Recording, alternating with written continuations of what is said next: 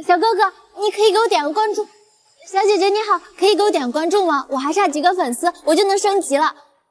哥哥你好，你给我点个关注。哥哥，你可以最烦你们这些网络乞丐了，有手有脚干什么不好，非要在网上要饭，什么玩意儿？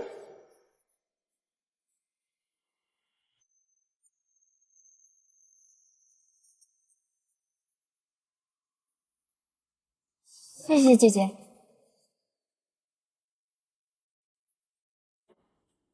姐姐你好，可以给我点个关注吗？我是新人主播，还在起步阶段。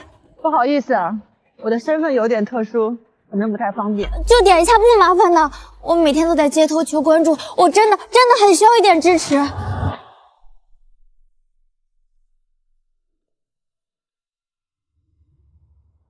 你这么做，一个月可以赚多少钱？打赏不多，有时候一天几十块。粉丝涨得太慢了。那你打算一直这样在街上求关注吗？不是的，我想做大网红，想让人看见，想赚更多的钱，想在这个城市站住脚。你认为站稳脚跟需要什么？至少先租个像样的房子。我现在住在地下室，攒不了多少钱。那你有没有想过，按你现在这个样子，你需要多少年才可以实现你的网红梦想？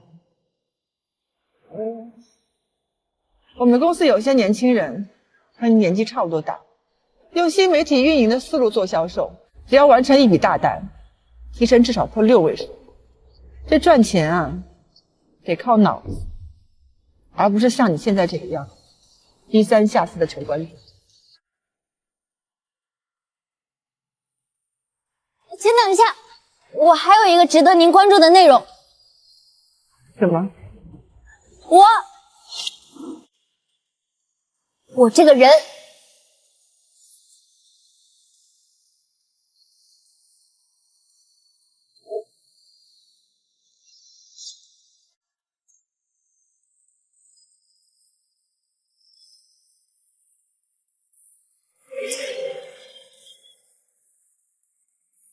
苏梦姐好。苏梦姐好。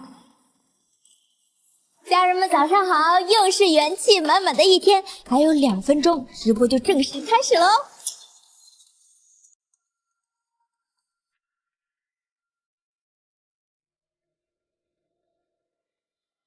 苏萌姐，您这样每天迟到，会不会不太好？那怎么了？要不是没有我们这些打工人每天这么辛苦的工作，这公司还能办下去吗？我这是在享受员工应有福利。可是您也没在工作呀，而且您在上班的时间直播，还把大家的工作内容都拍进去，不太好。你还叫起我来了？别忘了，我可是陈总亲自招进来的，信不信我跟他说，让他开除你？我不敢。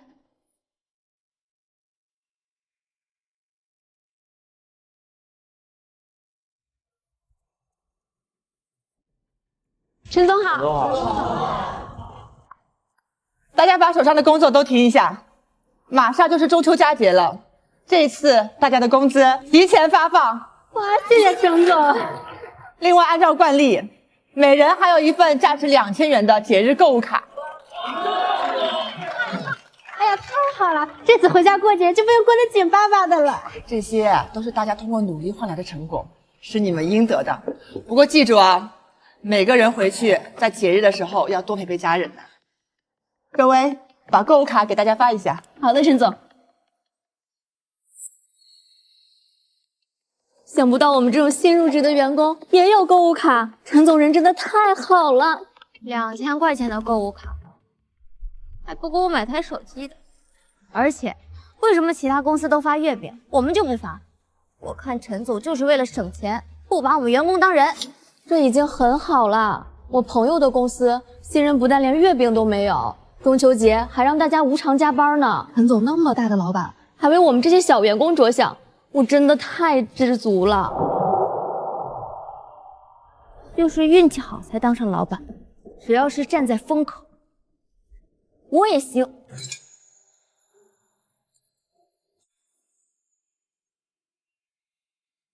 陈总，上次给你谈的那笔2000万医疗器械订单，什么时候可以订货？周总，订单的事情您直接联系我公司的销售苏萌就行，他会跟您签约的。陈总，您谈下来的业务干嘛交给苏萌啊？这样就白白分他200万的提成。没事，反正公司还有利润。再说了，她一个小姑娘在外面打拼不容易，能帮一点是一点。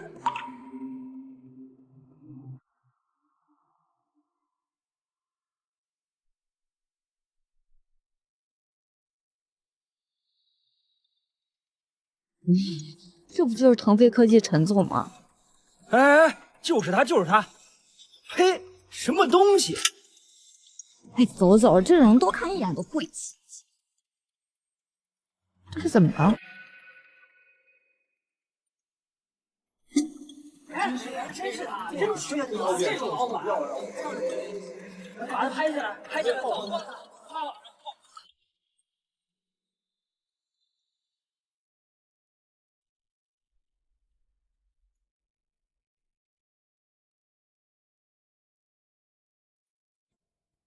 这些年大家跟着我，从3个人的小工作室变成如此的规模。哎呀，我也该给自己放个假了。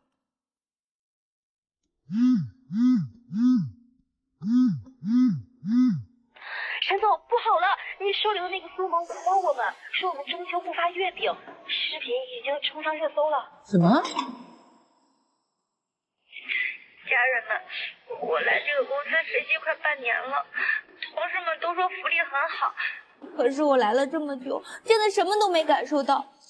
看着朋友圈里面别人都在晒月饼礼盒，还有布置中秋装饰，我就特别羡慕。昨天我鼓起我这辈子最大的勇气去问陈总，能不能给我们也发一盒月饼，哪怕是那种地摊货也行。可陈总却说，发月饼是在浪费公司资源，还说年轻人不要总想着占公司便宜，要把心思放在工作上，能在大厂上班已经是福报。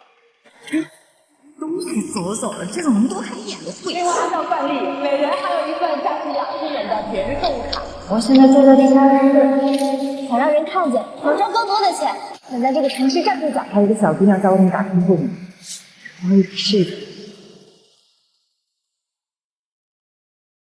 我靠，都什么年代了，还有这种奇葩老板？一盒月饼才几块钱，这都不舍得。腾飞科技是吧？记住了，以后绝对不跟他们家有任何合作，已拉黑。支持00后整顿职场，这种冥顽不灵的资本家就欠收拾，这公司迟早倒闭。难怪楼下的人刚才对我那个态度，原来是你发的这个视频。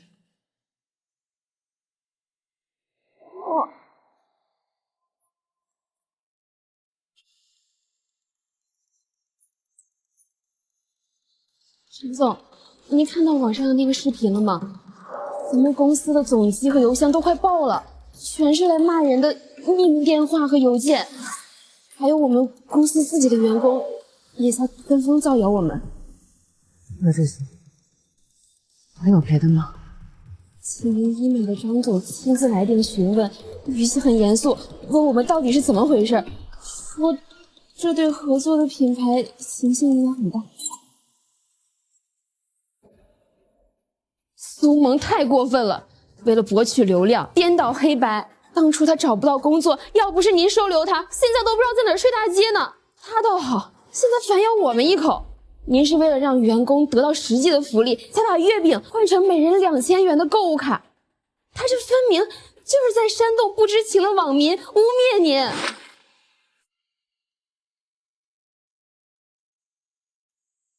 都是这么报道。我以为我收留了一个懂得感恩的人，结果却是一个自私又贪婪的白眼狼。陈总，我们现在怎么办？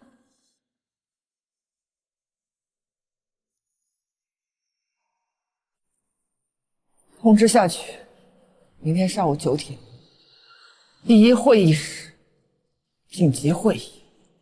是。既然你这么喜欢借助网民的发声，那我就给你这个机会。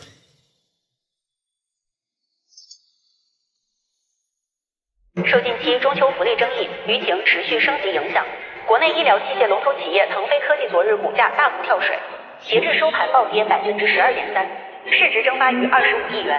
与此同时，多家长期合作客户表示将重新评估合作关系。监管陈总好，继续工作。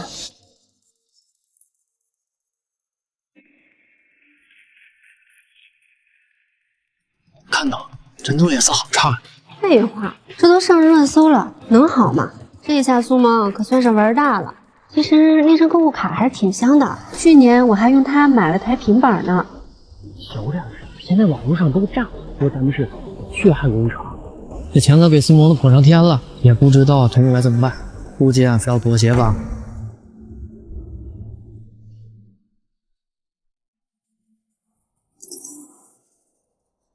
哟，陈总回来了。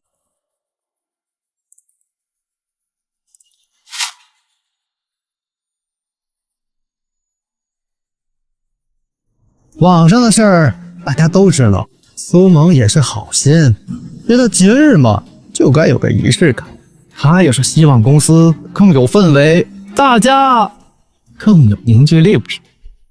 赵总监，我记得你是技术部的总监，而他是销售部的员工，你们两个平时应该没什么交集，为什么今天会帮他什么？陈总，你这样说赵总监是什么意思？他不过是看不下去，替我们集体打工人发声罢了。说吧，你们想怎么样啊？陈总，现在可不是我想怎么样，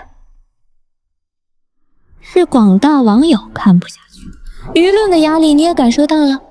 为了你的声誉和形象考虑，我觉得你现在最应该做的就是顺应民意，给大家一个诚恳的态度。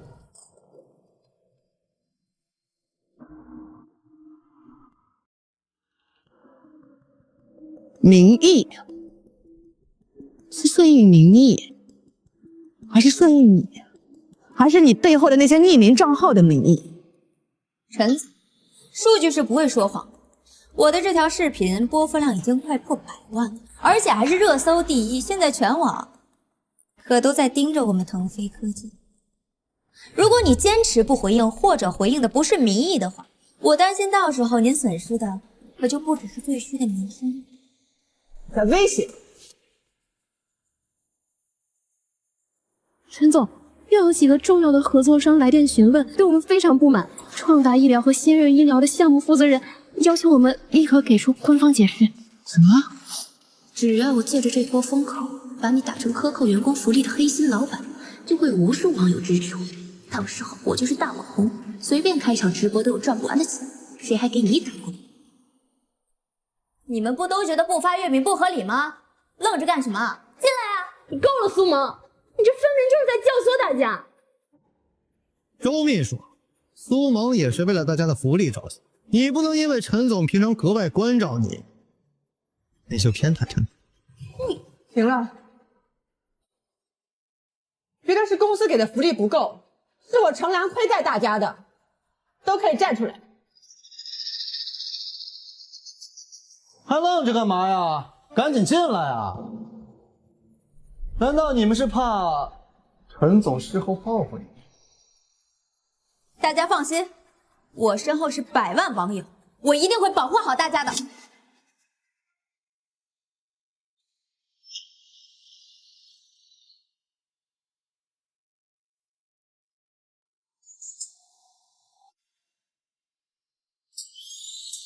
吴总，我也觉得咱们公司应该不发月饼。我也觉得，我也是。还有吗？陈总啊，我也觉得您应该跟其他公司一样，给我们补发月饼。王总，你可是从一开始就跟着陈总干的老员工，陈总对大家怎么样，他们不知道，难道你不知道吗？陈总对大家是很好，可是2000块钱的购物卡都发了，也不差这1盒月饼了。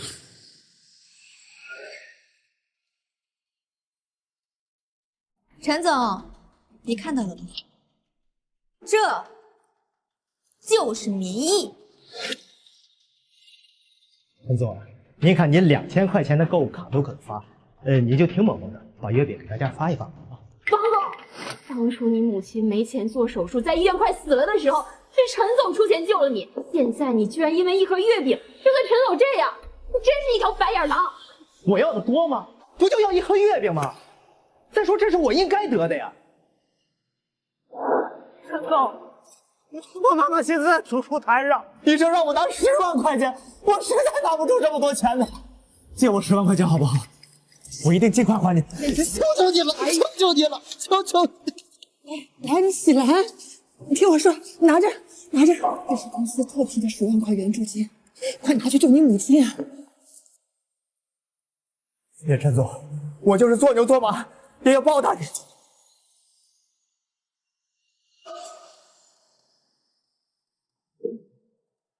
你们也都是这么想的，是吗？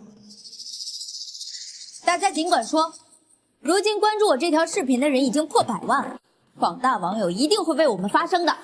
放心吧，公司买几盒月饼花不了几个钱，陈总就是为了面子也会答应大家的。不急，周薇，把大家的诉求一个一个的都给我记下来，免得辜负了赵总监和苏萌的一片好意。 真有心啊！果然还得靠广大网友啊！这么一弄，还真能拿到不少好处呢。说吧，等等，光这一盒月饼远远不够，还不够。让他说。大家为公司付出这么多年，一盒月饼就想把我们打发了，也太寒我们的心了。那你还想要什么？我提议。 公司给我们每个员工发1万块钱的家庭补贴。什么？你见过哪家公司过节还要给员工发1万块钱家庭补贴的？你怎么不去抢啊？我们在外面辛苦工作这么多年，牺牲了陪家里人的时间，这1万块钱是给我们家里人的补偿。你们也都是这么想，是吗？ 我觉得文文说的有道理啊！对呀，有道理，我赞成，我赞成。好，我赞成。周薇，等等，光这1万块钱还不够。哎，文文，这就差不多了嘛，差不多了。怕什么？我身后可是广大网友，我要求公司给我们每个员工。 配一台不低于20万块钱的车，你太过分了吧！你把这里当许愿池呢？周某，包括你们在座的每一个人，你们赚的每一分钱，公司从来都没有少发给你。每逢节日和生日，还有额外的福利。你这么做不觉得太过分了？这里可是汇聚了世界500强的写字楼。 能在这里面上班的可都是精英中的精英，让我们这些精英每天挤公交、坐地铁来上班，怎么符合我们的身份呢？公司就应该给我们每个人配一台车。哎，我觉得文文说的有道理啊。对，就应该每年发一台。啊？还有吗？陈总，既然都给大家配车了，那我的股份和分红。 是不是也该涨涨？赵总监，这才是你真正的目的吧？这怎么能说是我的目的？我也是打工人，我这也是为自己发声，不是？王工，这些年你固步自封，技术平平，早已在市场上失去了核心竞争。可我看在当初你跟我一起打拼的份上。 我给你的工资是超过市场的50%，每年还有固定的年终奖，光这些你就年薪摆烂，你觉得还不够是吗？我那怎么了？其他人做不到，不代表你做不到。你们这些资本家开一次头，其他公司不就全都跟上了吗？有道理。我们这是在为广大打工人谋福利。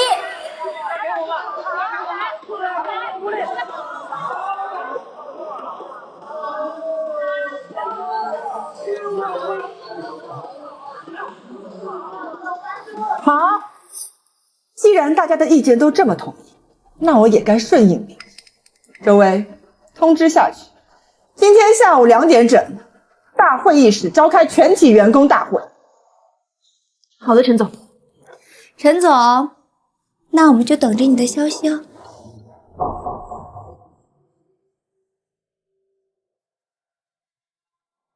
哎，强哥，你说陈总会答应我们的要求吗？你怕什么？你现在可是有100万粉丝的大网，你随便吹吹风，那些网友就都得站在你这边。到时候你顺利升职加薪，我索要股份分红，这不都是水到渠成的事儿？陈总，难道我们真的要妥协，答应他们那些过分的要求吗？不是妥协，而是宣布公司新的规定。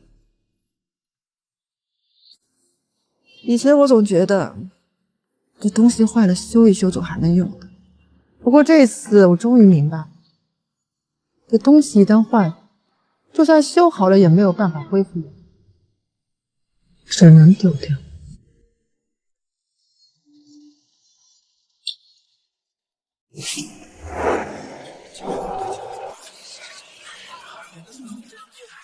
大家伙猜猜这下面是什么呀？那肯定是补偿给我们的奖金呗。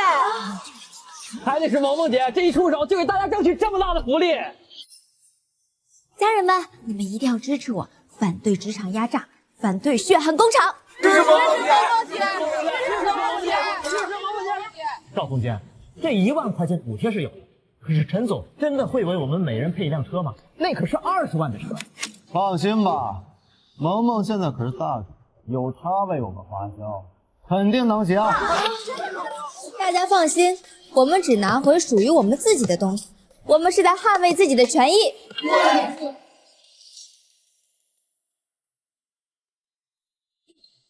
李总，他们人都到了，我看这次苏萌和郑以翔势在必得，要不用。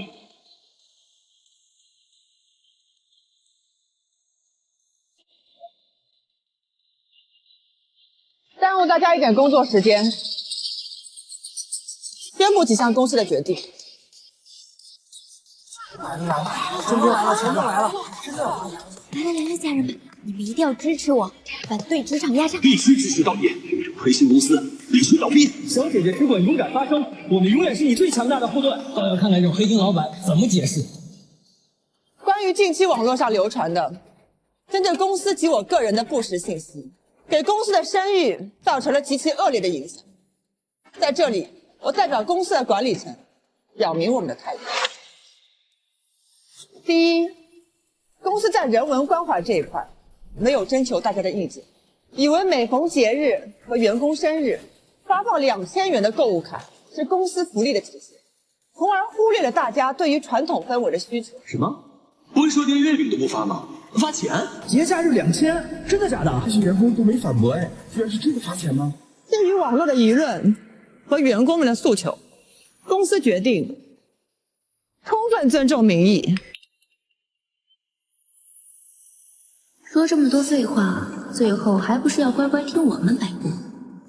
所以我决定取消沿用多年的于所有法定节假日及员工生日发放节日福利卡的福利传统，和其他公司一样，全部换成月饼。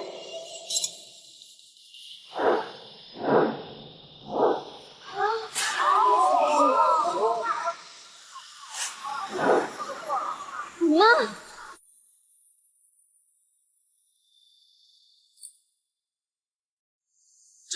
这真的只有月饼，还是最难吃的5仁馅月饼。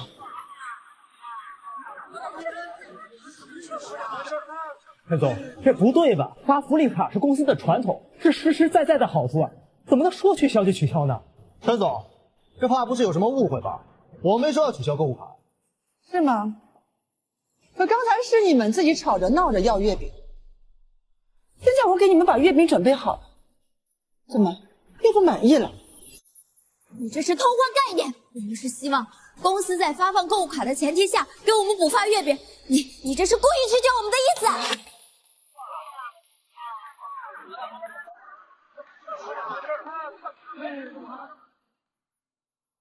你在视频里面说的清清楚楚，不需要购物卡，只要一盒月饼，感受公司的温暖。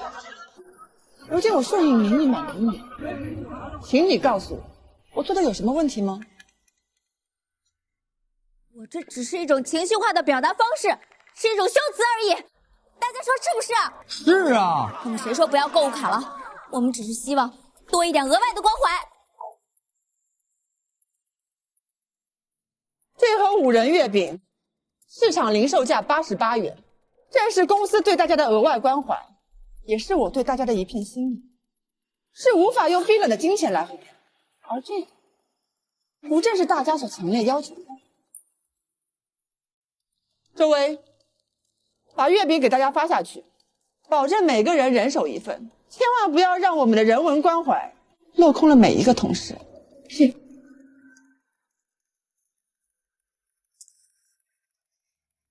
王工，这是你的。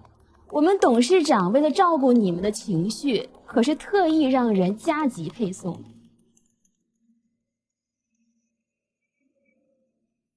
你呢？还有你。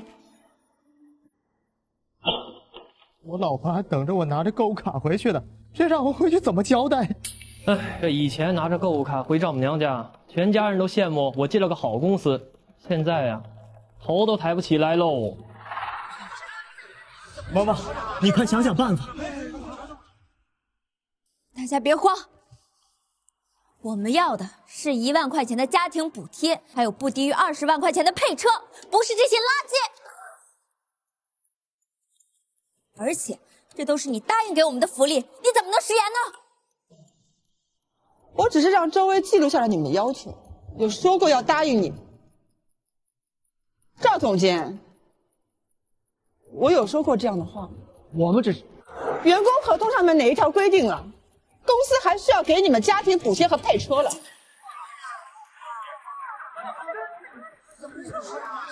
你等着，我要举报你！哎，萌萌，这网上都是抨击你的评论，你快看一下。1万块的家庭补贴，20万的配车，这要的也太过分了吧！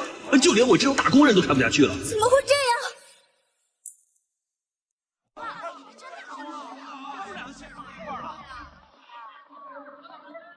怎么，这是连你的民意都不支持你？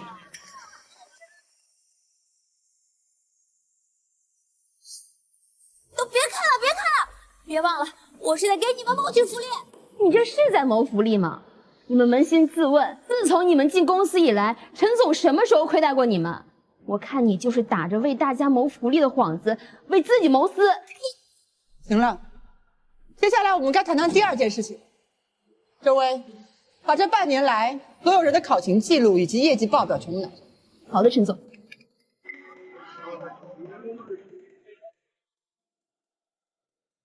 这些年我一直都对大家保持着鼓励的态度，很少有惩罚。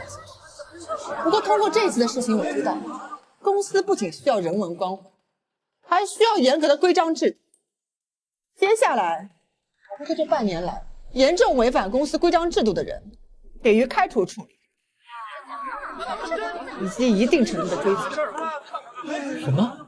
开除追责？咱们拿到的工资可是高出同行的30%以上，这要是被开除了，咱们以后还上哪去找这么好的工作呀？周萌，怎么了？你这个月一共迟到了15次，还有10次早退，在工位上面睡觉更是不计其数，你怎么解释？怎么可能有这么多？这得问你苏大销售啊！这个月才上班15天，陈总连这样都能包容你，而你呢，还在外面造谣我们陈总是黑心资本家，你还是人吗？大家不要误会，迟到这点小事儿很正常嘛，谁不迟到个几分钟？陈总，不要拿这种小事儿去为难一个小姑娘。我是从农村走出来的，没有资源，没有人脉，我只能住在城中村那种地方，每天天还没亮我就得自己出来赶公交，睡眠严重不足，所以才会迟到的。我只是想为大家多争取一点福利，没想到会引起陈总这么大的不满。陈总，你就是对大家太苛刻。萌萌住的这么远，迟到个几分钟，情有可原嘛。是吗？你每天迟到2个小时，叫应付。2个小时，很少迟到10分钟吗？你每天凌晨3点还在夜店里面狂欢，叫睡眠不足。怎么可能？我明明屏蔽了你。你屏蔽了陈总，却忘了我。我曾多次向陈总反映，可他念你出身农村，一个人在大城市打拼不容易，所以处处容忍你。你就这样报答他的是吗？这宋门居然这么过分！他这种人都能留下来，那我们这些辛苦上班的人算什么？对呀，都闭嘴！我那是为了谈客户。是吗？既然是为了谈客户，为什么你的业绩报表上全部都是0？我怎么无话可说了？人设维持不下去了。我还真以为这苏萌是给大家谋福利呢，原来都是假的，他就想吸陈总的血。陈总明明很好，是他天天逛夜店没有业绩，竟然还说是陈总压榨大家。这种白眼狼，陈总当初就不应该留他。大家听我说啊，萌萌她赵总监，是先管好你自己。你这些年倒卖公司的医疗器材，中保司拿了多少钱？真当我不知道？你这话什么意思？你可不能冤枉我。我念在你是跟我白手起家的老人，所以我一直给你钱。但是光这半年，我贪污了公司200多万。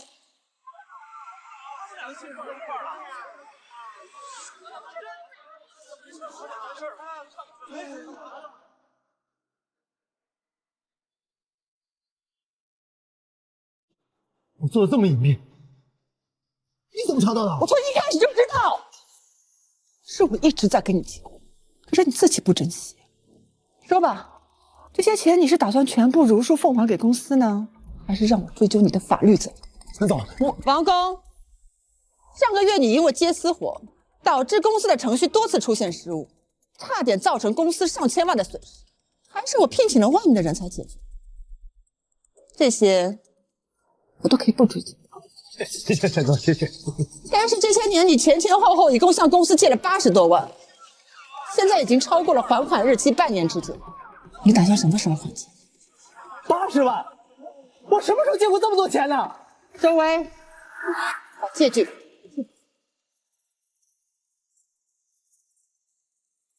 买房50万，给老婆买车20万，给妈看病10万，我拿什么还呢？这是你的事情，3天之内必须把钱给我全部还清，要不然我们就法庭上见。陈总，不要啊！整整80万，我没有那么多钱呢。王工，我们陈总每年给你开100万年薪，这么多年下来，你手里总有个几百万吧？这些钱你还不起？我那些钱都拿去炒，全亏掉了。陈总，求求您了，原谅我，我什么都不要了，月饼什么都不要了，那些钱从我工资里扣，好不好？没有钱，因为从此刻开始，你被腾飞科技开除。开除？可我的房贷怎么办？我的家人怎么办？就因为一盒月饼，吃完了。妈妈，妈妈，你要救救我！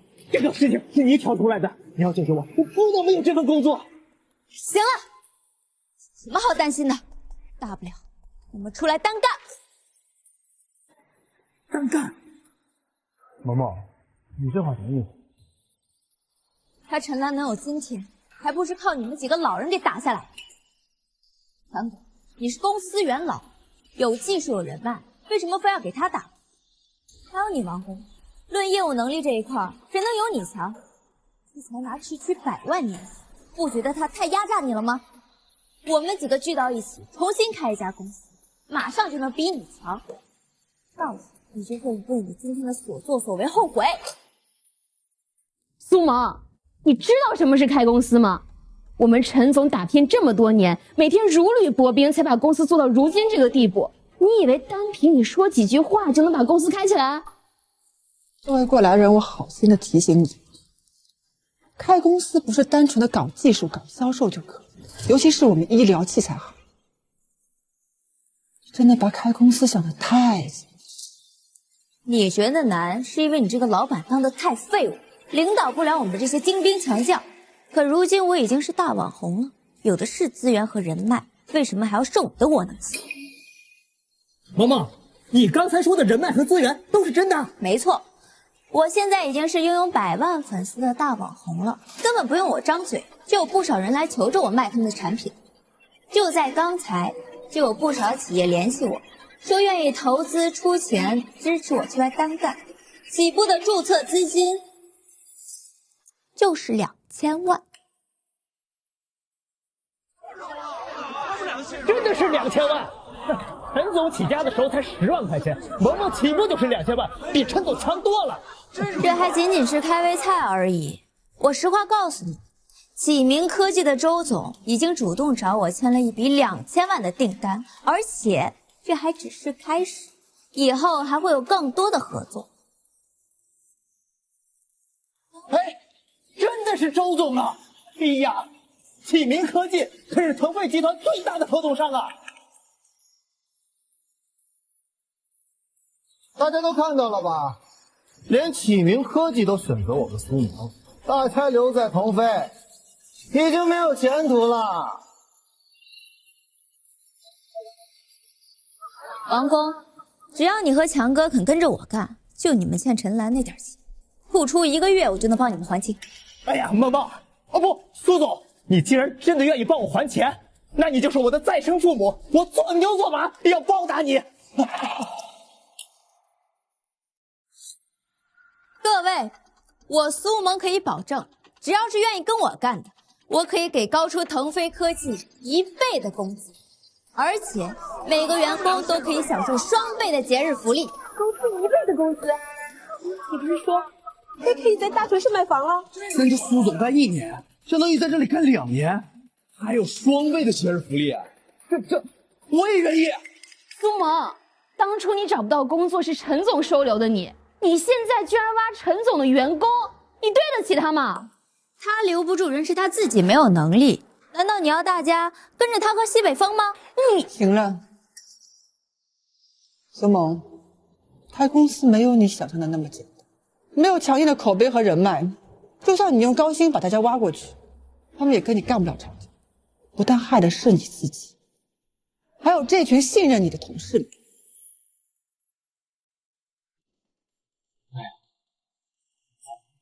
你给不了大家好的福利，总不能抹黑我们苏总吧？就在刚刚，我们苏总可是帮我们还了整整280万。大家扪心自问，有哪个老板能对员工做到这？有强哥和王工这2位老人跟着我，还有我如今的热度，我很快就能超越。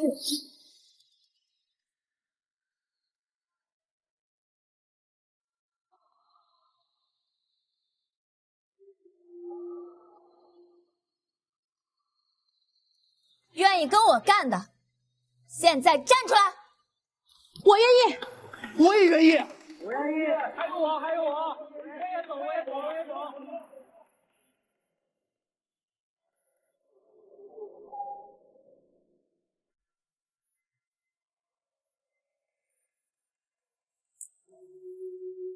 陈岚，你很快就会因为压榨我们的福利而感到后悔。我会让你知道，没有了我们这些员工，你陈岚什么都不是。我自己守的像一只飞蛾扑火扇，侵蚀救火，伴着我清醒时刻，平息着撕裂的躯壳。选择陈总，苏萌就是个白眼狼，当初要不是您收留了他，他能有今天？还有他那几百万的粉丝，还不是靠他在网上造谣您才获得的。离了您，他就是一个连单都开不出来的废物。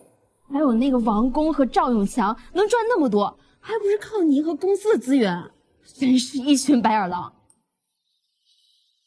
他错了，他以为我的公司能够开到今天，靠的是他的能力，而我们公司只是在一味的榨取他们的利益而已。真是自以为是，他们不会真以为就靠那点流量，还有赵永强那帮老人就能把公司开起来吧？腾飞科技能有今天，还不是靠您当初打下来的人脉和口碑？那苏萌是错把流量当能力了，我们等着看好戏就行。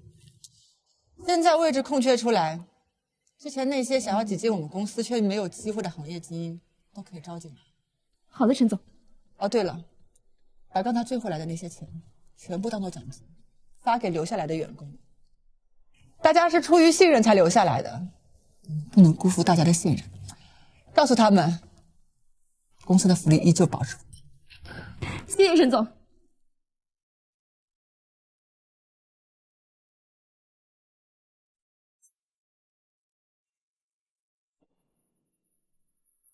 苏总好。很好，我已经得到了大企业的注资，还有比腾飞科技更便宜的供货商。只要大家好好努力，我保证可以给到大家行业内最高的工资和奖金。感谢苏总，感谢苏总。苏总啊，咱们这批供货商提供的医疗器械比陈岚的便宜1倍，我已经让许多陈岚的合作商都用上了咱们的产品。这次啊，估计能给公司提供200万的利润。很不错，但是这仅仅只是个开始，我们的目标是取代腾飞科技，成为行业龙头。苏总，我们能有今天的成绩，全都仰仗您直播的功劳，让更多的供货商看到我们。感谢苏总，感谢苏总，我们保证取代腾飞科技，成为行业龙头。只要大家肯好好干，我保证可以让你们每个人都拿着奖金回家过个好年。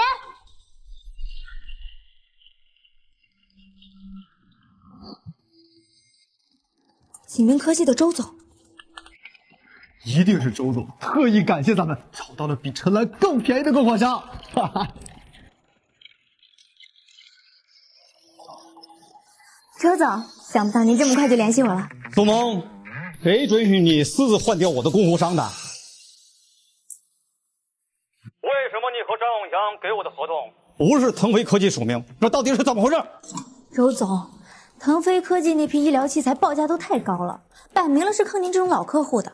我这批器材啊，是我保证公司产的，质量绝对没问题，而且价格还比腾飞科技便宜1半呢。我不需要。我跟你们陈总是老朋友了，我用他的货，是我信得过他的人品和口碑。我旗下的那些医院都等着这批器材，一个星期内到不了货，我只会损失更多。你要是搞不定，我亲自去找你们陈总当面谈。别！陈总已经把供货商的事情全权交给我负责了，您放心，7天之内货一定送到您的手上。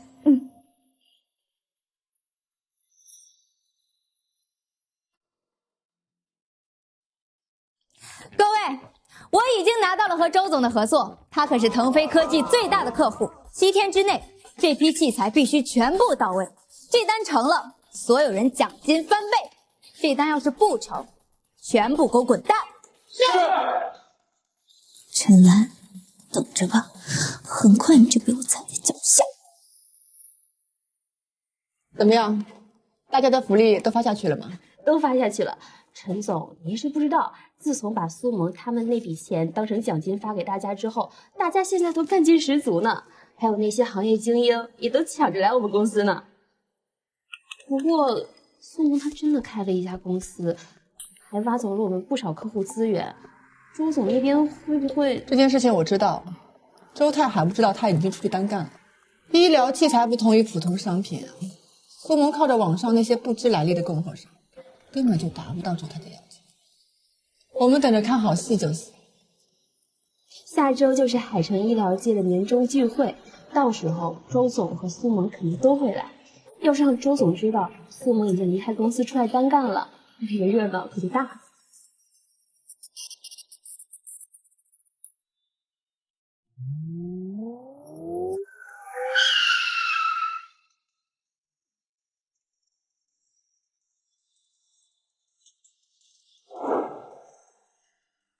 这次的年终聚会，海城医疗界都会来人，还有陈岚那些老朋友。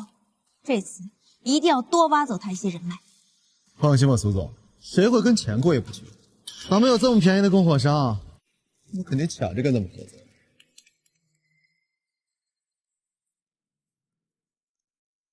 您好，您拨打的电话已关机。这苏萌到底是什么人？调子比老子还高！这电话都打1天了也不接，说好的7天到货，货呢？朱总，我们刚刚查到，苏萌就是腾飞科技的一个普通的新人销售，而且他给咱们那批供货商的货也不是腾飞科技的。什么？老子和腾飞科技合作这么多年，认的就是陈总的口碑，而且老子3令5申只认陈总，谁让他私自换我的货？这我也不知道。那还不去查？这陈总也是，什么样的废物都敢用。这苏萌要是我的员工，老子早让他滚蛋了。周总查到了，苏萌带着人去参加海城医疗界的年终大会了。货没给老子送到，他还侥幸心参加年终聚会。他一个销售新人，他够格吗？今天他要是不给老子个说法，陈总也保不住他。是。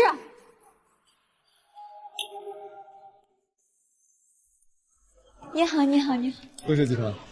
叫我苏萌就好。你好，你好，你好。威士集团。苏萌，很高兴认识你。朱总，陈岚他们也来了。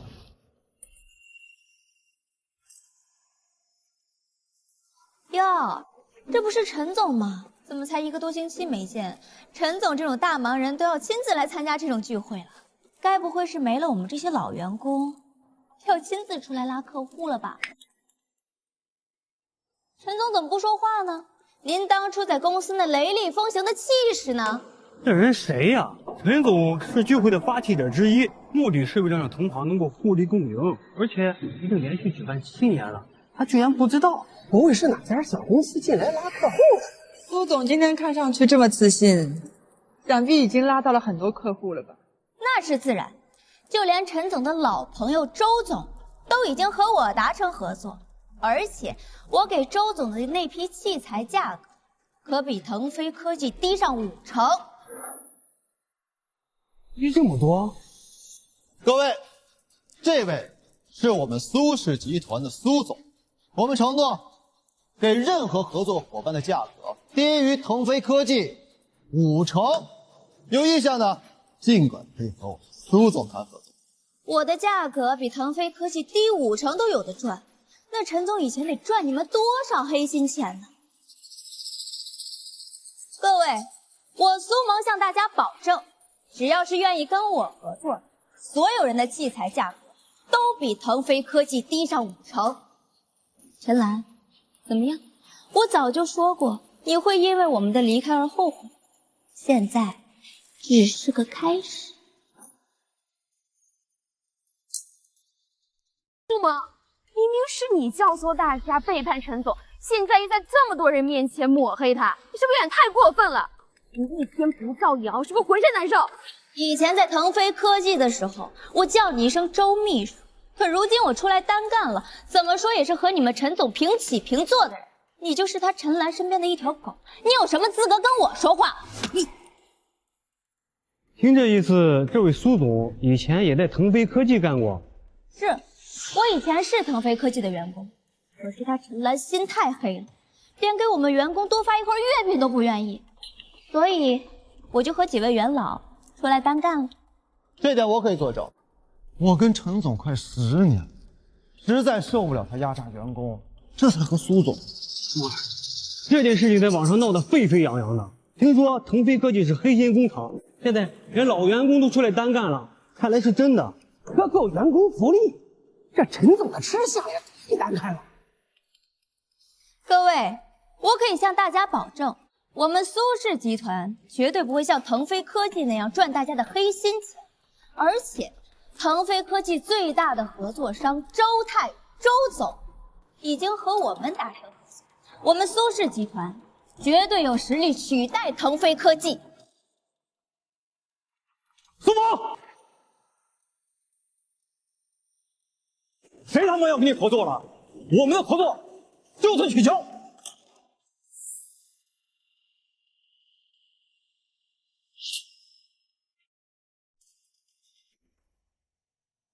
周总，您这是怎么了？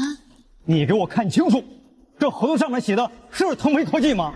老子干这行10多年了，认准的只有陈总的腾飞科技。你给我找的这些供货商都是些什么玩意儿？听都没听过。周总，您听我解释。老子没工夫听你解释。还有，说好的7天内到货，货呢？你知不知道这货要是不到，我要损失2000万。这2000万是你来赔还是我来赔？周总，我陈总，你怎么把供货商的事儿全交给一个新人？而且我看这人也不是什么好鸟。周总，苏萌没有告诉过你吗？他已经从腾飞科技。周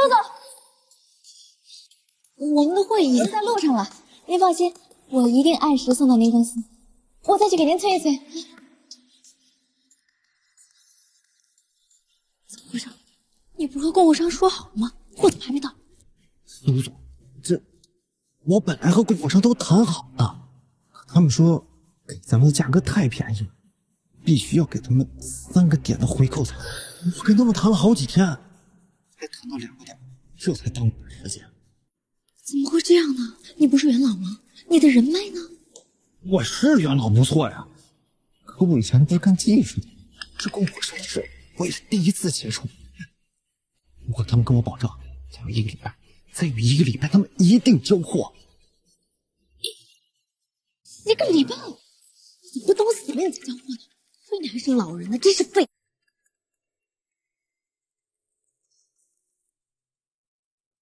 周总，您的那批货还得7天才能送到。7天？你知不知道我干的是医疗行业？你能等7天？我的病人能等7天吗？我只按合同来，按合同到货期限还有半个小时，到不了你就给我赔钱2000万。2000万？那不是我刚拉到的那些投资全都赔进去吗？我怎么跟投资方交差？你说什么？什么投资？没什么，周总，您放心，半个小时之内，我肯定把这批货送到您公司。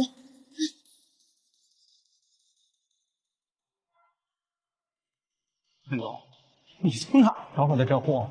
怎么一副不太聪明的样子啊？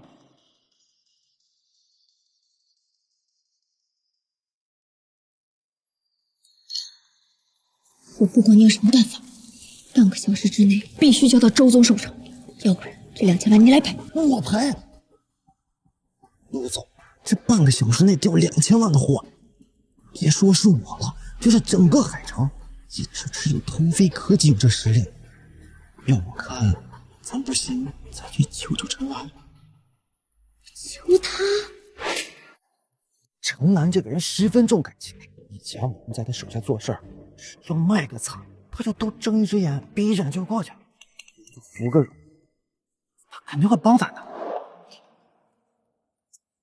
苏总，你就别再犹豫了，咱们先把眼前这道难关过去，咱把口碑打出去，以后有的机会是去教训他。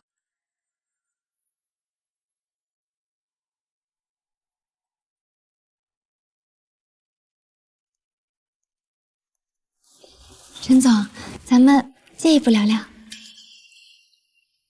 好啊。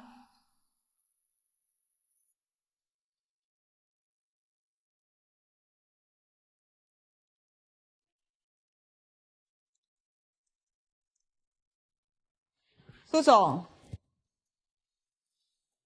这边已经没人了，有什么话你就直说吧。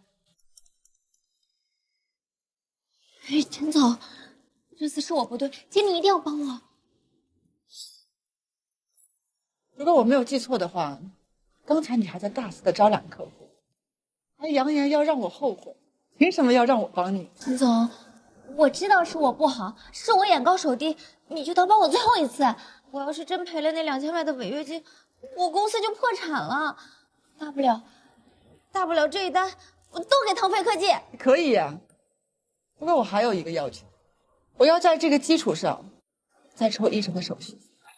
2000万抽1成，那不就是200万？可你对之前的客户也没做过这些呀。首先，你不是我的客户；其次，你也可以不答应，我也没有逼你。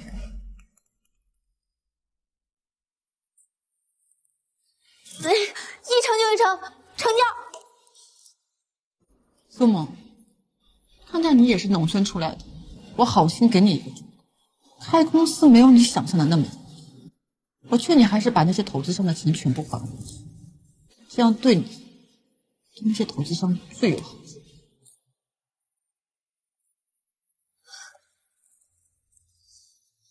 陈兰，你给我等着！今天这份羞辱，我一定10倍100倍的还给你。周总，您的那批货我已经叫人发货了，半个小时之内保证给您送到。还是陈总办事爽快，在海城同行里，我就佩服陈总你，快人快语，雷厉风行。实话告诉我，那个苏萌是不是你的远房亲戚？像这种事我也好意思出来丢人现眼？要不是看在你的面子上，那2000万我让他赔定了。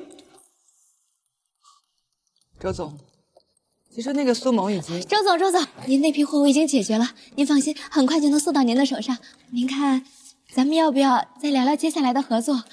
合同我都已经带过来了，您放心，依旧是低5成的价格。不看，只要是经一手的东西，就算低10成，白送我也不要。周总，您再给我个机会吧。陈总，时间不早了，下面还一大堆事情等着我，我就先失陪了。好。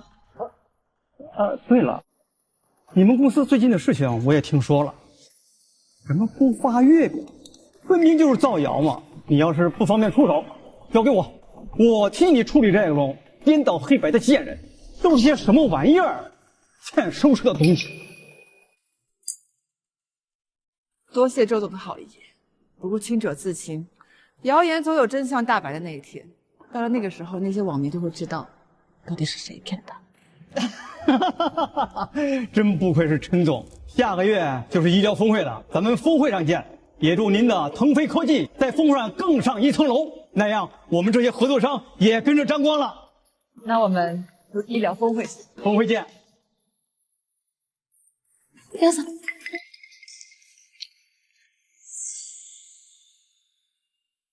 苏总，你刚才打断我们陈总说话，是不想让周总知道你已经离开公司出来单干了吧？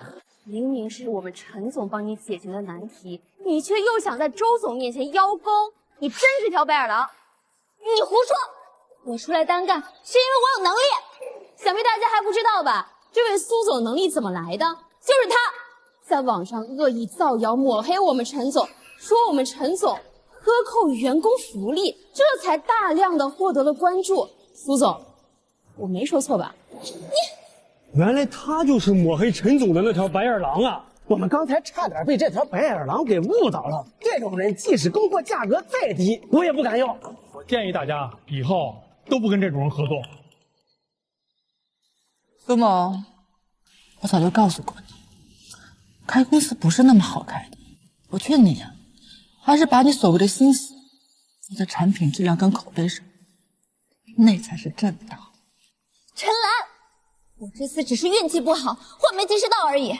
你给我等着，我只需要1个月，1个月后的医疗峰会，我一定让你还有你的腾飞科技后悔。太好了，我就想等那一天，等到你让我后悔的那一天。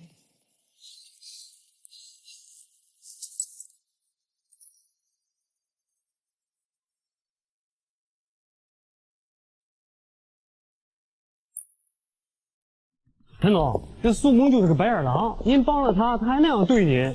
是啊，我们怎么可能放弃陈总跟那种人合作啊？陈总，下个月的医疗峰会，我们就等着你更上一层楼。到时候你可要多照顾我们这些合作商啊！各位，我程兰能有今天，都是大家托举出来的。让我们在1个月后的医疗峰会上再创辉煌。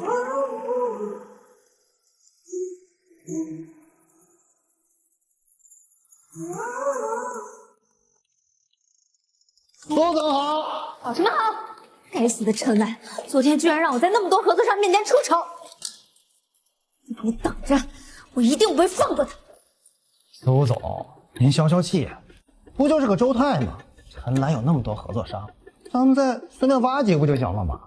咱们有这么便宜的供货商，优势在咱。赵总监说的对呀，苏总，您是100万粉丝的大网红，还有那么多大企业和供货商都仰仗你，他陈兰算个屁呀！我操！你想气死我！我气死我你！连个咖啡都冲不好，你这个废物！是的，我是废物。还有你们，这次周泰的货没能及时到，全都怪你们！真不知道我用这么好的福利把你们招来干什么啊？这个月每人扣2000块钱工资。我们才上几天班呀，就要扣我们2000。一个月工资才5000，这扣完我连房租都交不起了。愣着干什么啊？今天全都给我加班，每个人给我拉10个客户，拉不到不准回家。一群废物！是苏总。站住！公司要求8点上班，你居然敢整整迟到半分钟！这个月的绩效和奖金全都扣光！不要，苏总，我住得远才会迟到的，而且现在才到8点呀！你还敢跟我犟嘴？我是老板，你是老板，住得远不会找自己的原因吗？这么多年有没有好好工作？工资涨不涨？今后所有人提前半个小时到公司。可是苏总，我们在陈总那儿，陈总都会预留3分钟给我们大家的，您这提前半个小时也太过分了吧？你还教育起我来了？别忘了你是靠钱吃饭！你们全都给我听好了，在这里我的话就是规矩，干得了就干，干不了就全都给我滚蛋！对不起，苏总，我错了。一群废物！你还愣着干什么？我的外卖到了快半个小时了，你还不去给我取？一点眼力劲儿都没有！我去取外卖。不然呢？不是你，难道是我吗？你要我这个老板亲自去取外卖吗？好，苏总，我去取外卖。等等，这个点儿应该都在等电梯，你走楼梯去，冷了就不好吃了。陈总都没让我取外卖，他这来的跟下人似的。等我还清了80万，我马上走人。什么玩意儿？苏总，这王工好歹也是老人，他在大家心中还是有威望。您这样做会不会有些不妥呀？有什么不妥啊？还有你们，不过是我养的一群狗罢了。不想干的今天就可以滚蛋，有的是人想进来。是，苏总说的对。还看着干嘛呀？继续工作。说你呢。陈兰的那些合作商还得继续挖，不过他们和陈兰交情太过深厚，光是电话联系还不够，我必须得亲自跑一趟才行。苏总，您的外卖。你们2个跟我去见那些合作商。你们2个跟我去见那些合作商。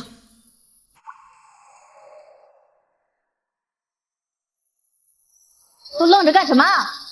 抓紧干活，干不完不准回家。你们2个工作。太过分了！明明是他自己供货上出了问题，凭什么怪我们？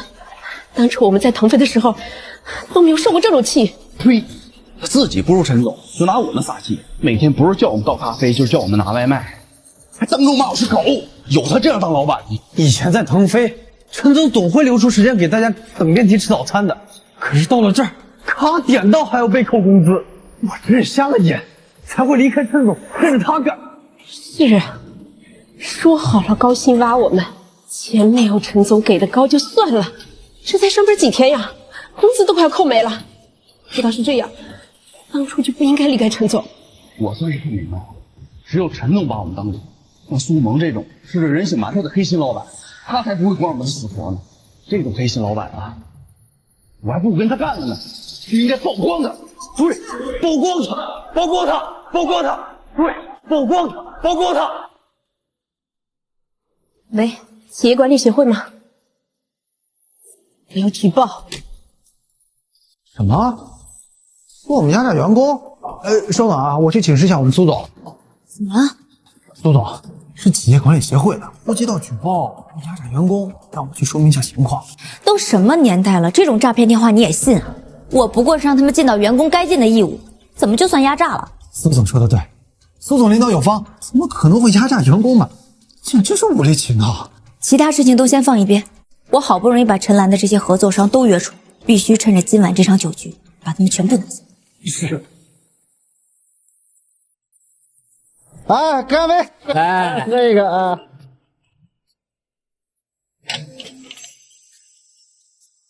王总，李总，张总。哎呦，苏总，来，快坐。王总、李总、张总，我这次来是想和3位谈谈供货商的事情。只要你们愿意和我合作，我可以保证给到大家比腾飞科技低50%的供货价。哎呀，不用看，都是老熟人嘛。这是赵总监，这王工是不是？啊，我信得过你们啊！你今天最重要的是和尽兴啊！得，坐。哎，苏总，我们都知道，周泰那批货是你给卖的。陈总能把这么重要的事情让你来办，我们还有什么不放心的？而且还是比原来的价格低50%，这种货你有多少，我们要多少。感激的话我就不多说了，都在酒里。来，我们敬苏总一杯。来，苏总，来，干！好酒了，来，倒上。哎，来，喝，接着喝。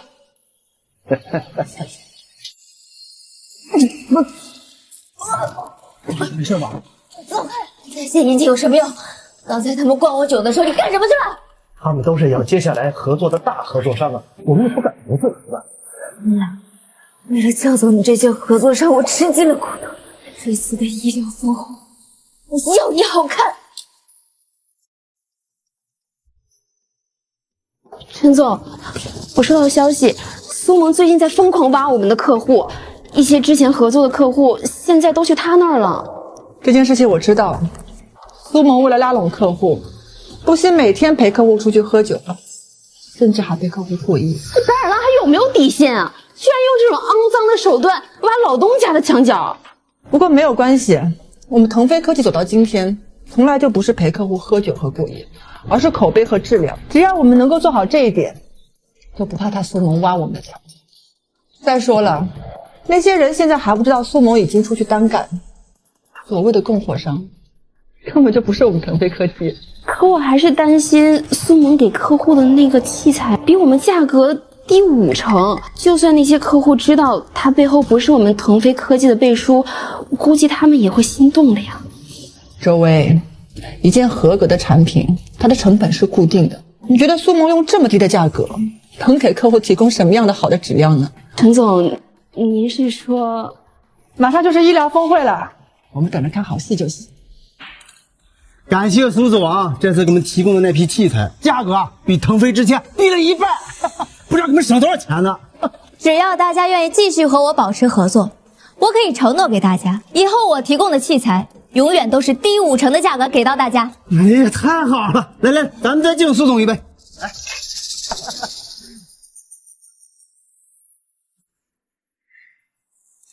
哟，这不是陈总吗？怎么才1个多月没见就变得这么憔悴啊？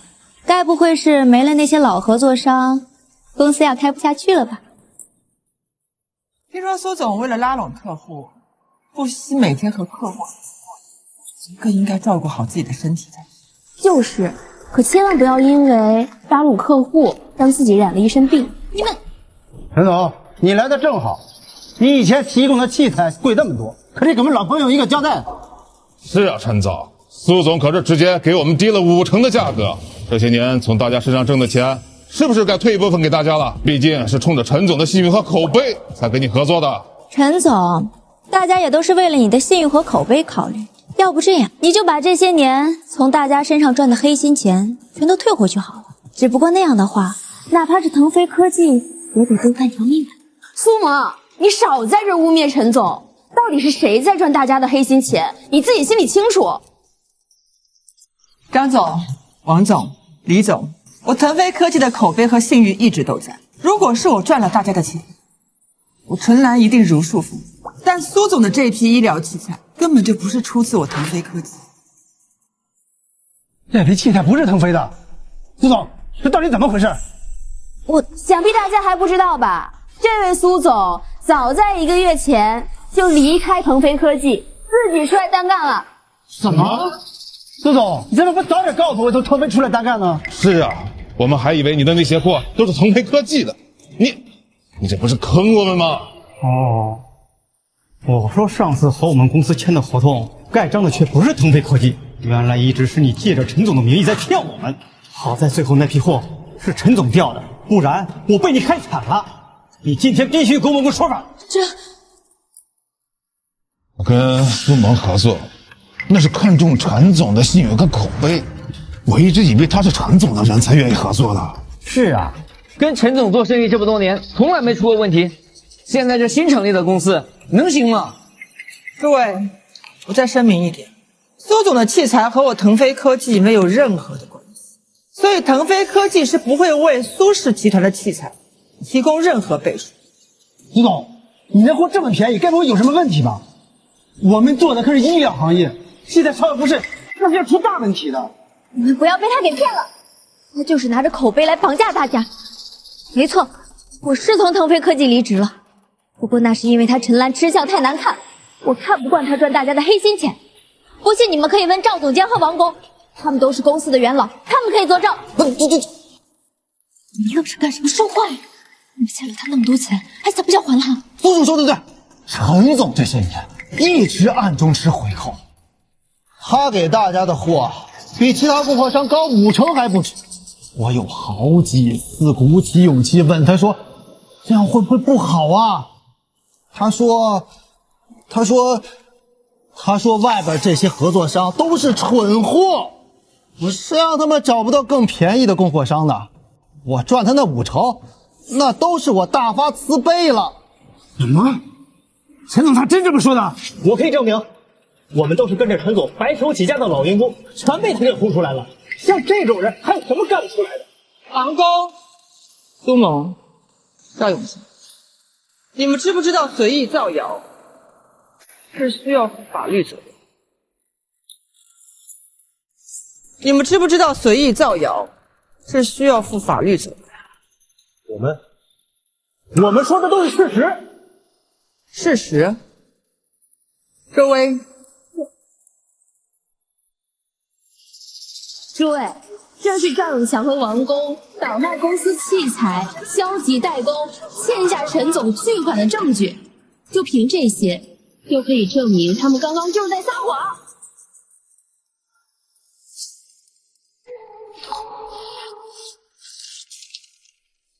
你们别被他给骗了，这是污蔑！王总、李总、张总，我可是拥有100万粉丝的大网红，我怎么可能骗你们呢？就算是这样，可是腾飞科技的器材一直有口皆碑，就算让陈总多赚点钱，但是能保障我们医院的安全，我觉得还是安全第一。对，还是安全第一。我看还是陈总靠谱点。西城，只要你们愿意继续和我合作，我可以在原有的基础上再降2成价格。什么？苏总，你说的是真的吗？没错，我们在商言商，只要是今天愿意和我苏氏集团签订合同的人，我可以给出比腾飞价格低7成的价格。这次我不为赚钱，只为打响自己的口碑和品牌。陈岚，这次大不了我不赚钱，这么低的价格，我看你拿什么跟我斗。苏总真是好魄力。不过我还是要好心的提醒一下大家，便宜不代表安全，我劝大家还是谨慎小心为好。你是怕我抢走你的客户，你当然这么说了。诸位，机会仅此一次，错过了可就没有了。陈总，我们不是不支持你，实在是你给的价格太高了。陈总，这么便宜的供货价，我再定200万的器材。我再定300万的。我再定500万。合同我都已经准备好了，只要各位愿意，我们现场就可以签订合同。我要签。我们都要签，苏总，再让我们。来，不要抢，都有。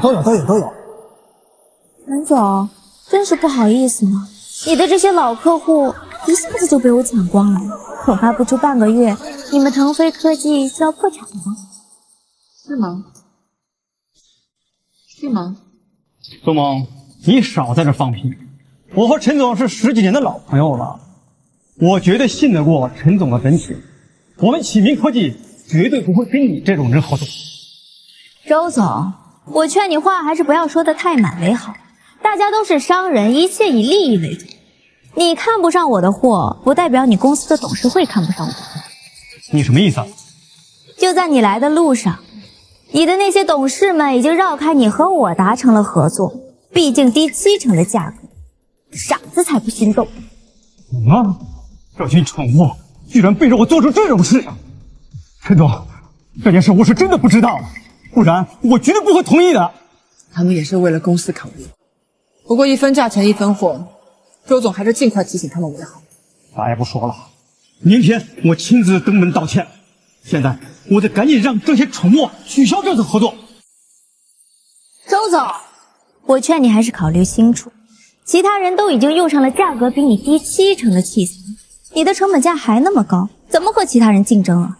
腾飞科技这条船已经千疮百孔，早晚是要沉的，倒不如趁现在登上我这艘更大更好的船。你懂个屁呀！你看我公司吗？行了，老子没工夫教你这种蠢货，现在马上给我取消合作，否则出了问题你会全责。同样是器材，能出什么问题啊？只要你用了我的货，你就会知道今天我替你做的决定是多么正确的了。行了，周总，哪里有便宜不赚的道理啊？我看呀，是时候和腾飞科技脱钩了。你们，我没法跟你们这一群蠢货交流。陈总，还是你来说。苏某，我早就提醒过你，开公司没有你想象的那么简单，不是靠什么和大家喝酒、吃饭、打价格战就可以把公司开起来。你什么意思啊？就拿我们医疗器材行业来说，每一个合格的器材产品生产出来，成本是固定的，它的价格就摆在那边，永远都不会变。而我们要做的，就是保证给我们的同行提供最好的产品质量和售后服务，而不是像你现在这样，今天低50%，明天低70%。你到底想说什么啊？话都说这么直白了，你还不明白？用你的猪脑子好好想想，低70%你都有的赚。那些供货商生产出来的器材，成本价得低到什么程度？能有质量保证，能有售后服务吗？这一分钱一分货，周总的器材可靠吗？价格这么低，不会是3无产品吧？我们干的是医疗行业，这可是要出人命的。是啊，我那些器材可都铺到下面的医院去了，这怎么办呢？周总，你要不把合同给我们退了吧？之前到的那批货，你行行好也给我们退了吧？是啊，苏总，大不了这次生意不做了，咱们下次再合作。够了！为什么他陈兰说什么你们就信什么？他就是污蔑，他就是眼红我抢走了他的生意，他就是嫉妒。苏萌，你到现在还是执迷不悟。如果现在你给大家退货退款，至少还可以保住那些大公司对你的投资。只要你肯脚踏实地，好好干，以后还是可以把公司给做起来。但是如果你不退，器材是你卖给大家的，要是不退，你得担全责，到时候就算赔不死你，也够你在监狱里跟大翻倍。是啊，苏总，你还是退了吧，这样对大家都好。不可能！陈兰，别以为我不知道你在想什么，你就是怕我以这么低的价格抢走你的客户，你就是嫉妒我比你强。机会我真的已经给你，但是你自己不听，我们也没有办法。陈总，别管他，好言难劝，该死鬼，这种蠢货，就看他怎么死。那咱们就走着瞧。不是说我的货会有问题吗？那我就在这里等着，看能有什么问题。王总，不好了，我新买的那批货材出问题了。什么？王总，不好了，我新买的那批货材出问题了。什么？出什么问题？把话说清楚。我们的病人用了苏氏集团的呼吸机，出现了严重的呼吸道感染，现在人已经在抢救了。李总，出大事了！有客户刚刚做完种植牙，回去就出现了大面积的细菌感染，那批器材是有问题的。啊，苏萌，你不是保证器材不会出任何问题吗？怎么会这样？是啊，你是给个说法，到底怎么回事？我也不知道啊。什么？我们自己的医生被手术刀感染了？苏萌，你到底找的这是什么狗屁供货商？怎么会出现这种事？不可能的，那些器材我全都检查过，质量没有任何问题，我才发货的，怎么可能会这样呢？质量没有问题，你又是怎么确定那些器材质量没有问题？那些货每一件我都看了，上面都有产品检测商标，不可能有问题的。苏萌，说你蠢，都是高看你了。这年头卖猪肉都知道关税，搞器材的难道他们不会作假吗？那都是贴着牌的假冒伪劣产品，稍有不慎就要出人命的。妈，你说我的货是假的？说假的都是往好了说，你那些器材我看都是从垃圾堆里捡出来的。不会的，我的货怎么可能是假的？知道这些年我们为什么一直和陈总合作吗？因为他提供给我们的货每一件都经得起严格的检验，而不是贴了牌的垃圾。不会的，那些供货商把货卖给我，出了问题他们也要负责的，他们怎么会这样做？就你这样，还学人家开公司当老板，你以为他们还会等着你去找麻烦吗？他们赚了你这傻子一大笔，早就跑了。不信你现在给他们打电话，看还有人接吗？会的，现在就打电话。您拨打的电话是空号。您拨打的电话是空号。您拨打的电话，您拨打的电话是空号。您拨打的电话是空号。不可能，怎么会这样？为什么会这么骗我？我就说你的货为什么这么便宜呢？苏萌，你把我害惨了！我医院这么多年积攒的口碑都扯远了。你那还是好的，我那儿已经有好几个人进 ICU 了，这可是好几条人命的。姓苏的，你必须给我们说法，赔钱也解决不了问题了。现在已经是刑事案件了，苏萌，根据合同你要负全责。妈，刑事案件。苏萌，我早就提醒过，开公司没有你想象的那么简单。你连自己的产品是什么质量你都不知道，就敢投放市场，最终只会害人又害己。苏萌，我真的很好奇，你一个连销售都玩不明白的人，是怎么敢开公司，还敢跟我们陈总叫板的？是你们，陈兰，一定是你自己陷害我！你就是嫉妒我从公司离职，怕我抢走你的客户，所以才这样做的。那些供货商一定是你安排的。苏萌，你要不要脸啊？你不要以为别人跟你一样无耻好吗？我说的难道不对吗？他陈兰看似光明正大，实际上不知道做了多少肮脏事。他克扣员工福利，不给员工发月饼，还强迫员工加班，他才是真正的黑钱资本家。苏总说的对，我们这些老人都可以作证。大家不要被他骗了啊！我们苏总肯定是被他陷害的。你们陈总好心提醒你们，你们居然还在这造谣他，你们就不怕遭天谴吗？你们造谣我没有关系，可是你们有没有想过，等到真相大白的那一刻，你需要付出什么样的代价？我们行得端，坐得正，需要承担什么后果？苏萌被自己的员工网暴了。你说什么？苏氏集团老板压榨员工，强迫加班，还骂员工是狗，这还这种。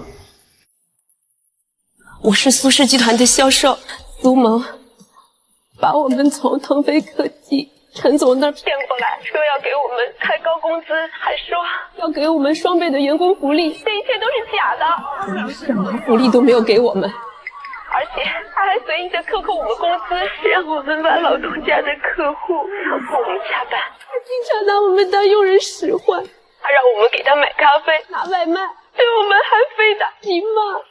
实名举报苏萌是黑心老板，虐待企业员工。这群白眼狼，我给他们发工资，他们居然诽谤我！苏萌，你做人太过分了，挖陈总员工还抹黑陈总，你还是人吗你？苏萌，苏总，你当初离开公司不就是觉得陈总对员工福利不好吗？口口声声说为了打工人发声谋福利，怎么对自己员工就这么狠啊？有点资本就肆意妄为，尾巴都翘到天上去，怎么敢跟这种人合作？你说是，早知道苏萌是这样的白眼了，我才不跟他合作。你们不要被他给骗了，他就是污蔑，那些人都是陈岚派进我公司的商业间谍。你到现在还是不知悔改，你真是无药可救。谁是苏萌？我是。经过核查，这条视频中对你的指控皆为真实。你强制员工加班，随意克扣员工工资，侮辱员工人格，已经严重违反了企业管理法。你跟我们走一趟。这种事情不应该提前通知吗？不早点告诉我，偏偏挑这种场合，我看你们分明是和陈岚串通好的，好让我出手。之前跟您汇报过，您说是诈骗电话，苏萌，你跟我们公司可签了2000万的货，按照合同，产品出现问题，你要负全责，赔钱。不能退，我所有的钱全部搭在这批货上了，退了钱我就要破产了。破产？那便宜你了，这批器材差点搞出人命，这点是500平，你就等着在监狱里蹲一辈子吧。为什么会这样？为什么会这样？现在知道怕了，老子早就要跟你解约，你偏不听，还说绕开我，还说董事会都同意了，你以为我那董事会都傻子吗？口口声声给我们保证说器材没问题，结果呢，我们很多病人住进了 ICU， 就是因为用了你的垃圾器材，这些你要负全部责任。我们的病人的医疗费还有赔偿也得你来付。多少钱？加上刚才追加的那批器材，一共是1500万。这么多？还有我的医院损失更大，好几个病人因为你的器材导致了细菌感染，让我给你擦屁股。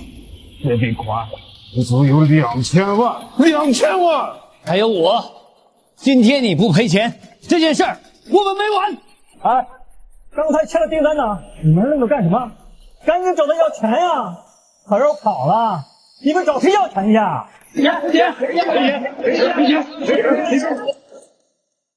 我们几家大合作商加起来已经5500万，再加上七七八八，一共6000万，这些钱全由你来出。完了，这该怎么办呀？吴总，能拿钱解决已经是万幸了。你背后有那么多大企业投资，肯定能拿出这笔钱给他们，再转个行业继续当老板。对了，苏总，留得青山在，不怕没柴烧啊。咱们现在是最重要的保命要紧，先把钱给退了，顺便把我的钱还有赵总监的钱也还了，这样我们就2000了。已经没钱了。苏总，你这话什么意思啊？谁是苏萌？苏萌女士，你跟我银行签了2000万贷款，现在已经到期，请你立刻归还。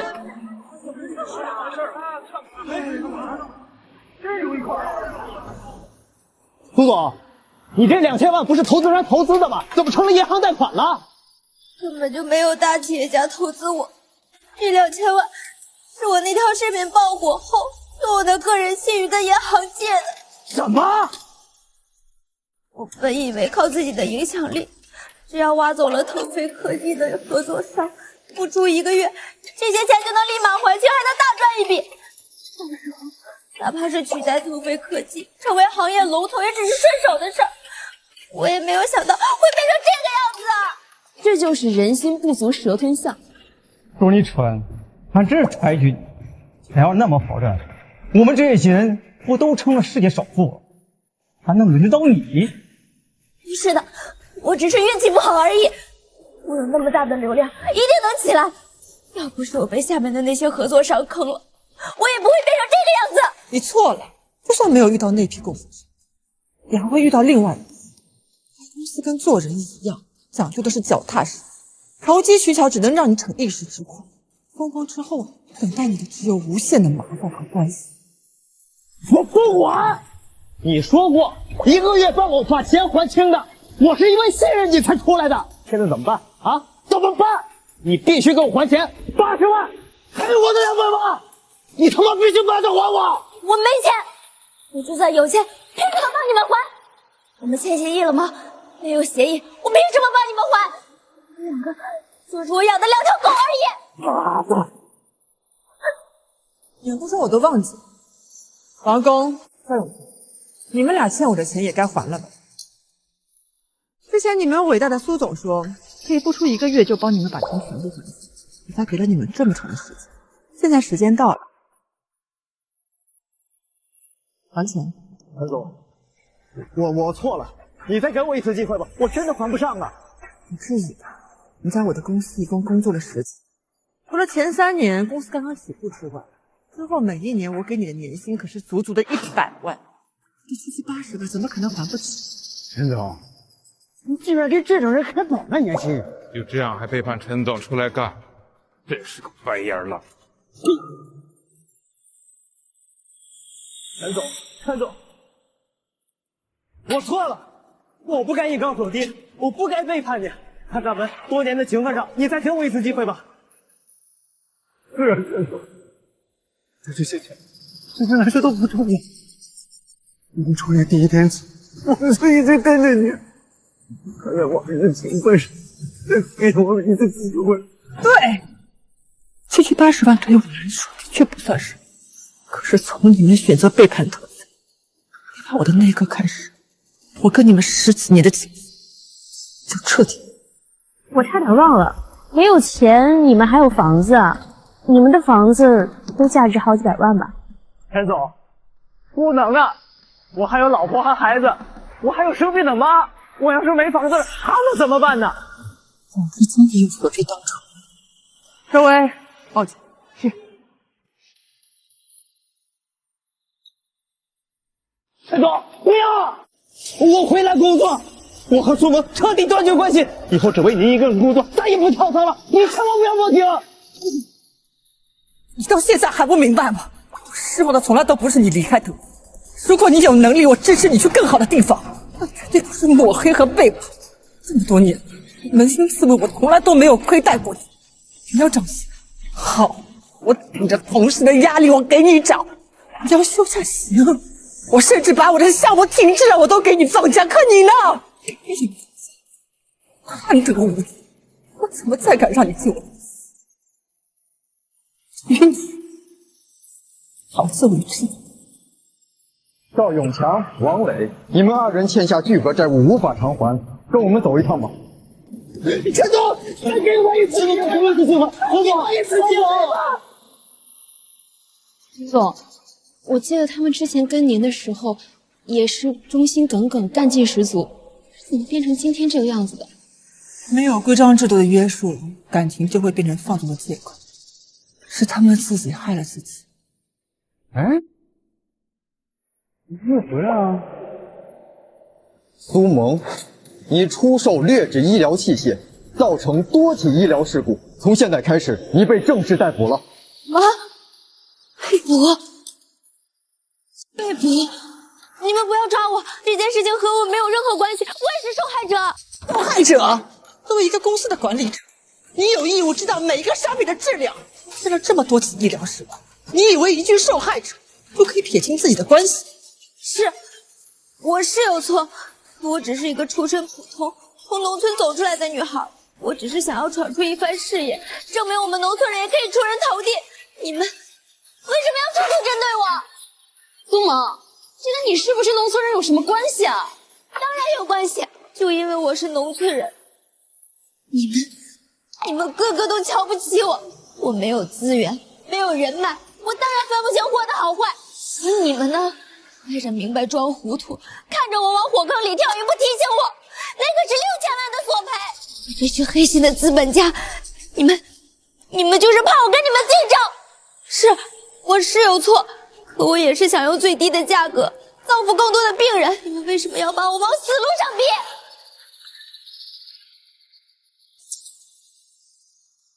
陈总，有人把刚才的事情发到网上了，网友们都认为我们是黑心资本家。农村打工人创业失败遭天界索赔，这事件太真实了。6000万的索赔，这些黑心资本家是把人家小姑娘往死路上逼啊！支持萌萌打倒黑心资本家。苏萌，这是你搞的鬼！家人们，我为我之前犯的错误真心向大家道歉。可我那也是为广大的病友谋福利，不想让那些黑心的资本家继续吸你们的血。萌萌没事，我们都知道你是好心的，我们支持你。人家小姑娘都已经认错了，何必再对着不放呢？说实话，农村孩子能自己出来创业就已经很不容易，大家都别太较真了，都应该再给主播一次机会。苏萌，明明是你害了这么多病人，你居然倒打一耙！陈总，现在我知道了，这个白羊是怎么抹黑你的。对不起，是我错了，我不求大家能原谅我，只求大家再给我最后一次机会。你还想要机会？你还要脸吗？还好我提前找了公关公司，雇了一群水军带节奏。只要我把农村人的身份打出来，全社会都会同情我。陈兰，你又能拿我怎么办？苏萌，你以为利用农村人的身份制造舆论，博取同情，就可以逃脱法律的制裁？太天真了。陈总，我不知道你在说什么。陈总从创业走到现在，什么公关危机没见过？你这种手段就是小儿科。什么公关？我什么都不知道。能够在这么短的时间内调动这么多水军的，一般的公关公司可能做不到。海城有一点规模的公关公司，全部都认识。周薇，查一下他找的是哪一家公关公司。是。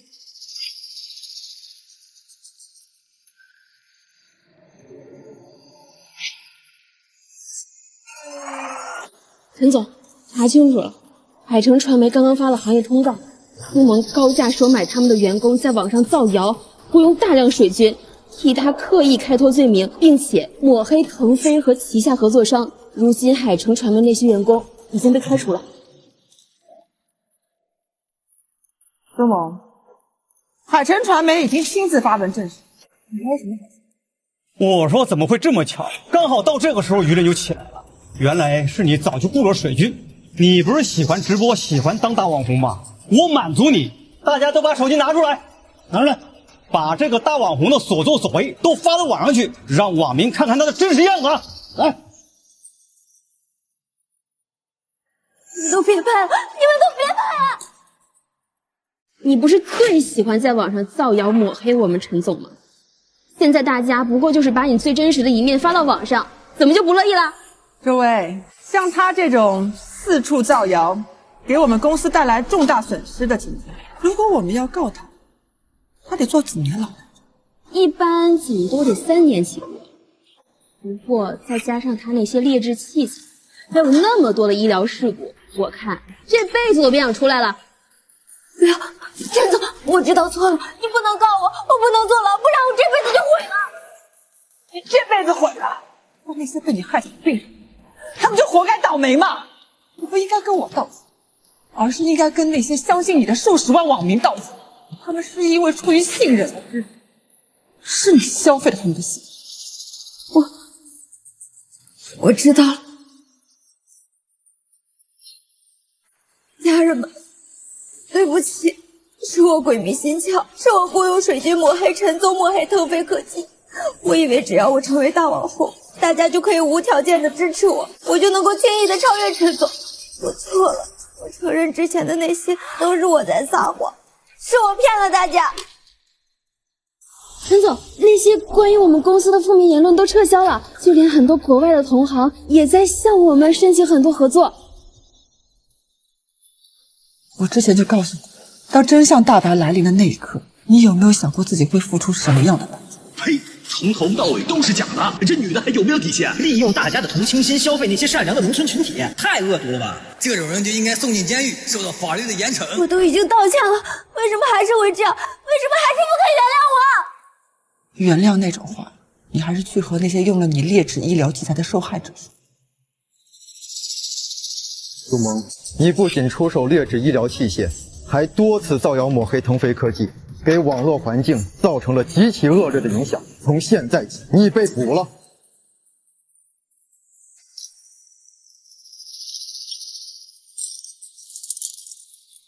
陈总，我知道错了，我求你帮帮我，只有你能帮我了。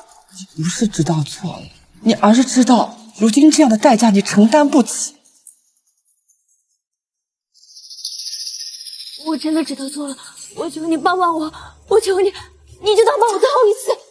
苏萌，你到底要干什么？陈总帮你帮的还少吗？当初你不过是一个无人问津的小网红，是陈总好心收留你，你才能进入腾飞。又看你是农村出来的不容易，把他谈下来的大单交给你去跟，这还不够好吗？那你呢？你是怎么报答我们陈总的？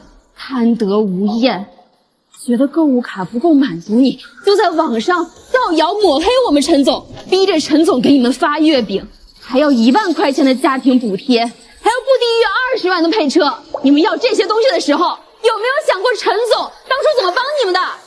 我真的知道错了，我以为有那么多粉丝支持我，我就可以大捞一笔，从此就可以过上轻松的日子，是我鬼迷心窍。陈总，求你，求你再给我一次机会，我还这么年轻，我不想坐牢。机会？苏萌，我给你给的机会还少。当初你背叛腾飞，带着大家去单干的时候，我有没有劝过？用地下挖走腾飞客户的时候，我有没有提醒过？就连你当时和他们签的那个订单，那个时候我有没有和你说过，你的质量可能是有问题？我一次又一次的给你提，可你听进去？是啊，早就给过我机会，就给过我机会，可我为什么早就不听呢？还以为你是要害我，我就是混蛋，我就是蠢货。我如果早听你的，就不会变成今天这个样子了。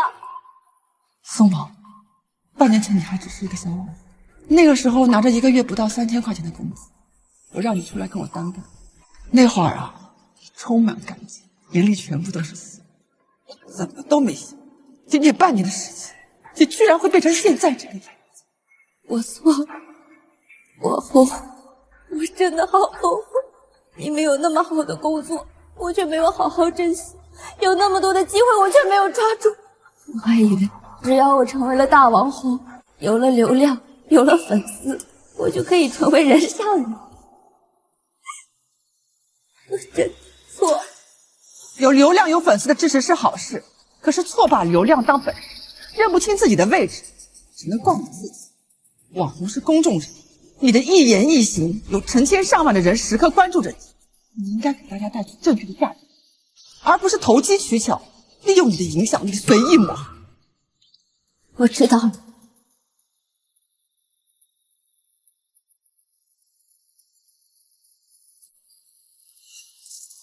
陈总、周总，还有大家，对不起，是我没有认清自己的能力，才让那些劣质产品害了你们，对不起。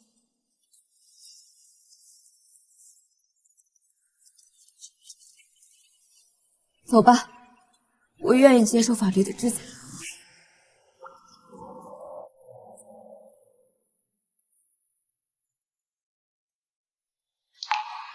等等，